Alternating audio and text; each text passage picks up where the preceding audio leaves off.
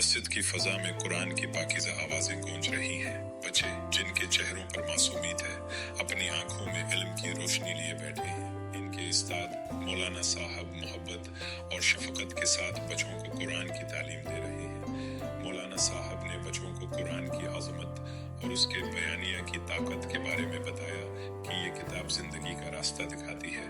شام کی ہوا میں ان نوجوانوں کی آوازیں بلند ہو رہی ہیں۔ ان کے درمیان اختلافات نے ماحول کو گرم کر دیا ہے۔ احمد جو روایت کا حامی ہے کہتا ہے، قرآن کی تعلیمات ہمیں ہر مسئلے کا حل دیتی ہیں، ہمیں اسی کی پیروی کرنی چاہیے۔ جبکہ علی جو جدیدیت کی طرف مائل ہے جواب دیتا ہے، زمانہ بدل چکا ہے، ہمیں نئے خیالات کو اپنانا چاہیے۔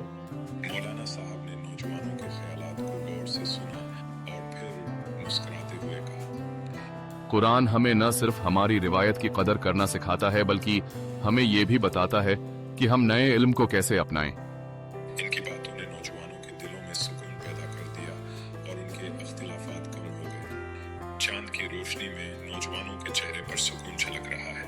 احمد نے علی سے کہا، ہم سب ایک ہی راستے پر ہیں، ہمارا مقصد ایک ہے، چاہے راستہ کچھ بھی ہو۔